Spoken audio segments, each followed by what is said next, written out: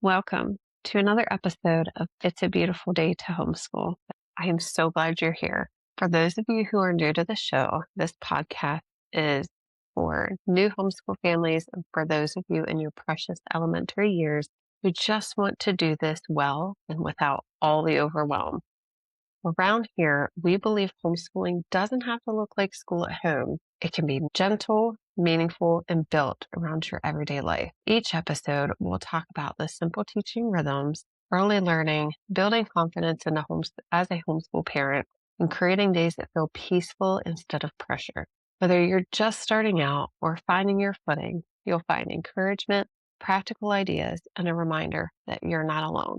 So today's going to be a fun topic. Well, at least fun for me. My kids might not always agree with this one. We're going to talk about homeschooling or continue homeschooling through the summer. So take a deep breath, grab your coffee, and let's build a homeschool life that feels joyful and doable because truly it's a beautiful day to homeschool. So again, today we're going to talk about something that often surprises people, and that is homeschooling through the summer. When we think about school and we think about summer, they don't really go hand in hand, especially if you are used to the traditional school setting.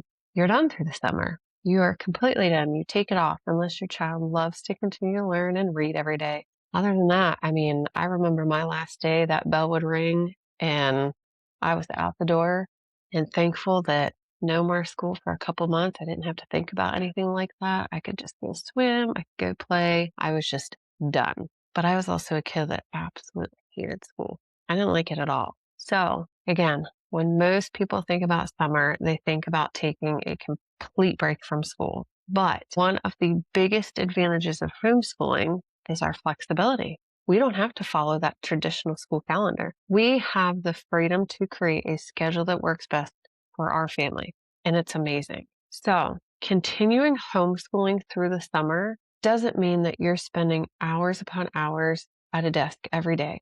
We don't even do that during a normal school year, that whole August through May or June. We don't do that then. So in fact, summer learning for us is somewhat enjoyable and we try and make it that way through the entire year. So for our school, because this works best for our family, from usually August to the end of May, we do 4 days a week, Monday through Thursday. And that's it. We take Fridays, as I've stated in a previous video, and it's our Fun Family Fridays. That is our field trip. That's our co-ops.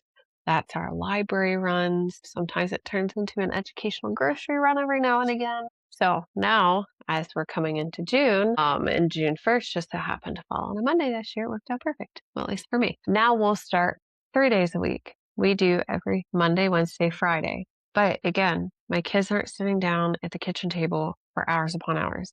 They do one quick reading comprehension page. They do one quick math page and they work on some cursive. The cursive doesn't always have to be in the book. Sometimes we do it in the driveway or on the sidewalk with sidewalk chalk. Again, we're just finding fun ways to continue learning. I still make them read every day, at least 30 minutes. And, they can read a book on the porch. They can read it on the porch swing. They can read it in their bed. They can read it first thing in the morning, right before bed. As long as it gets done, I am okay with it. And I am finding now that my kids have more free time, they're exploring our yard a little bit more. They're actually going fishing in our pond a lot more, and they're learning to do things on their own, which is always so much fun. So like they can go get their stuff for fishing. They can go walk down to the pond. I can still see them from the house. They can catch a fish and they can release it and they don't have to ask for help. It took them a couple times at the beginning, of when the weather started getting warmer to figure out how to get that hook out without hurting the fish, but they've managed to do it pretty good now. Another thing that they're doing now is I have created a breakfast, lunch, and snack little meal plan, I guess is what I would call it. And it hangs on their refrigerator. So they are fixing their own breakfast. They are making their own lunches and they are picking out their own snacks. I no longer am cooking 3 meals a day. And let me tell you, folks, that on itself freed up so much time. And they've also decided to start picking out one dinner a month that they want to cook. And we let them do that. And so on Memorial Day, my son made wings, bone in and bone out, and waffle fries, and his own homemade sauce to go on the wings. This kid may be a cook. It was really good. My daughter really wanted to make a dessert and she made a fruit pizza. That was amazing too. So I'm telling you, giving our kids some free time through the summer is absolutely a must. They need time to learn to explore a little bit more. Let them help in the garden with you. Let them try cooking. And also, like, you can do a lot of learning through family trips. So, one of the big things on my list for the summer is I want to go to the Great Lakes Science Center in Cleveland, Ohio, because they have a Titanic exhibit going on. And we just did a whole unit study on the Titanic. So I'm super excited about that one. So another benefit we have with schooling through the summer is avoiding what I call the summer slide. And it's not like a fun slide. It is when your children go back to school and they've completely forgotten what they've learned the previous school year. Again, I was one of those. I tried my best at school, even though I didn't really like it. I did. I tried. But I'll admit, when I went back to school again in the end of August, I couldn't tell you anything that I learned from the year before. And I didn't want my kids to go through that because I felt like I was constantly catching up and catching up and catching up and catching up. By the time we got to the end of the year, I was still not caught up. And then we took the summer off.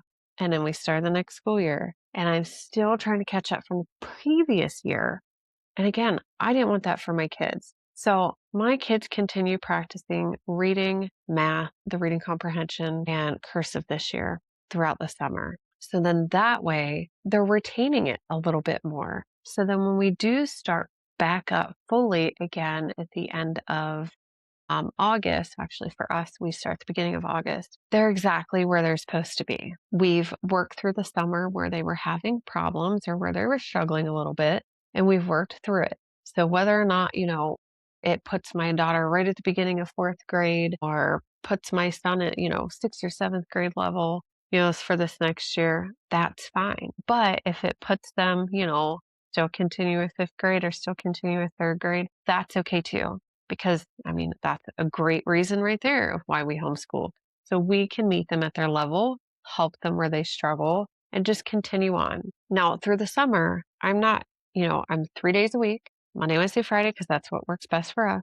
But it's, again, one quick reading comprehension page, one quick math page, one fun cursive, because that's what they want to learn this summer, and a little bit of reading. And so that takes maybe, let's say, an hour, hour and a half if they read right after their work.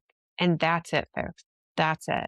And if we have something going on, or like today, co-op friends want to get together for a park day and the kids want to play chess and all that fun stuff, we may not get to it, even though it's Monday, because our kids still need to get out there. They still need to socialize and have fun with their friends. And so if we miss a little bit of today, I'm okay with it.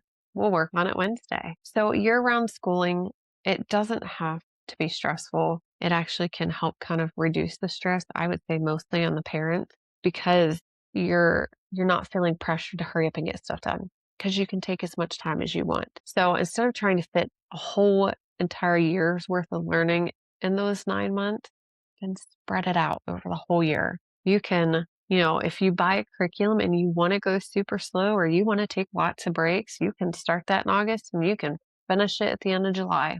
There's nothing wrong with that. This allows you to have shorter school days, more flexibility.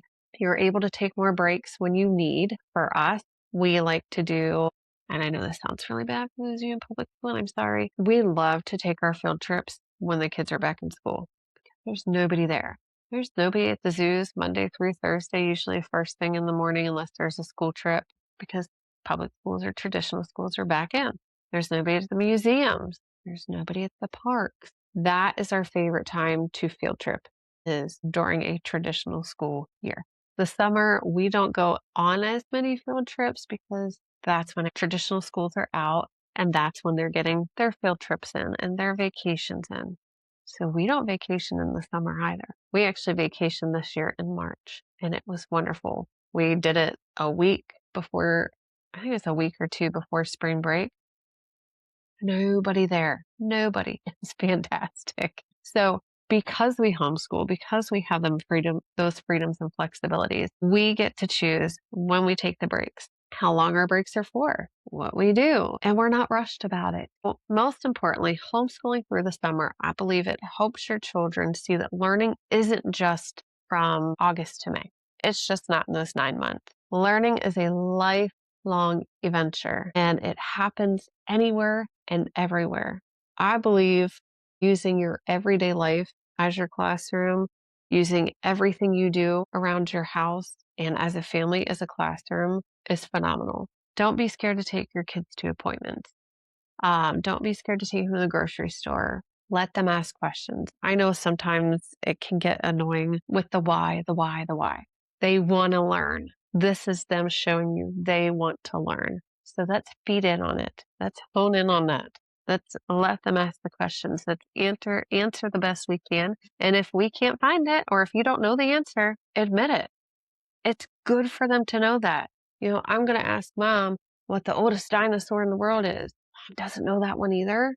Well, buddy, let's find that answer together. They love that. So don't let learning just be, 9 months out of the year. Let it be all the time. I mean, even as an adult, I love listening to audiobooks, ones that actually help me. If there's something that I'm wanting to do or something I want to become more knowledgeable about, audiobooks is where I go. And I tell my kids that I want to continue learning. And so, even at 40, I'm still trying to find ways to learn new things. And I'm not going to lie, there are some things that our kids learn in their books that I didn't know. So I'm always learning new things. So again, whether you decide to homeschool year round or just during the traditional school setting, because I know some families don't always have the option to homeschool both children. Maybe you're choosing to homeschool one child and the other child's in public school. So you can't, always have the summer off. And that's okay. But you can also teach the child that's in traditional school that we can continue learning all summer long. We can read, we can work on math just to make sure that we don't, and I don't want to say fall behind because who are we falling behind on?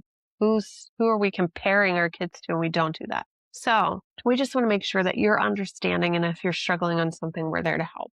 That's really the only way to put it. So that is why I school year round. And I do have a lot of friends that school year round as well for that same exact reason. But then I know other homeschool moms that are like, nope, I need my summer.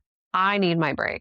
My kids need the break. And that is perfectly fine. Schooling through the summer is not for everybody, but it works great for our family. So if you find this episode encouraging to you, share it with another homeschool mama, especially one that might need to take a little bit of a deep breath today, because we are at the beginning of almost summer. Our kids are getting let out of school. And if you are thinking about homeschooling, now's the perfect time to start. Start slow. Start introducing the love of learning through the summer as well. So come find me on Facebook, TikTok, Instagram, all those wonderful social media platforms. I am Homeschool Mom on the Farm, and I love celebrating wins with you. I love offering encouragement and walking through this homeschool journey with you. So until next time, it's a beautiful day to homeschool.